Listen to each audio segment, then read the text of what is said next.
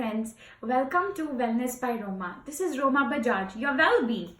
At Wellness by Roma, we are dedicated to help you design a holistic lifestyle by giving you the tools to develop a mindful yoga practice and healthy eating habits, one day at a time, little baby steps. Today's video is about skincare. Like I said in my earlier videos, that I have been blessed with some great wisdom by my forefathers, who always told me that whatever you eat is what you should be putting on my face. Actually, four grandparents, right? Moms, mostly moms. So today's is about a facial cleanser. I remember being young, bringing home these really fancy, and those fads of trends I would go by is bring those strawberry or kiwi facial scrubs, and my mom and grandmom would say, just throw that out of the door.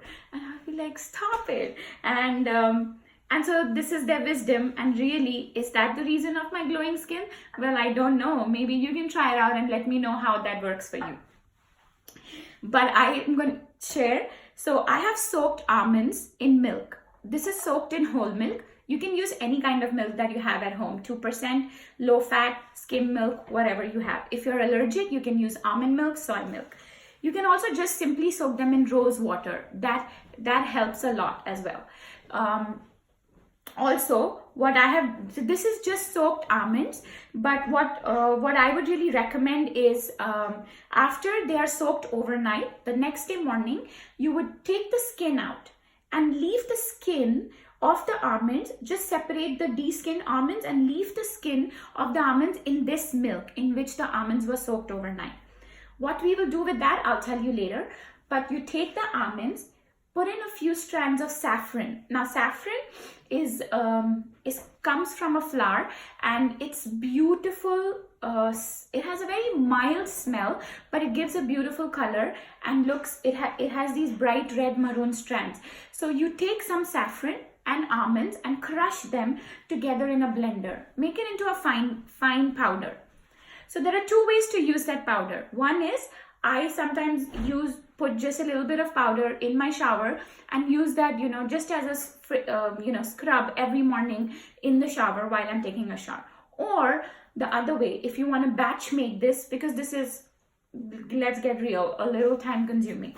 What you do is you crush more almonds with a little bit more saffron in it, and then you put them with fresh milk in ice trays, where you can in ice trays and then freeze it. So what does that do? You take one ice cube at a time for every morning or every night whenever you have the time to take care of your skin, and use that as your scrub.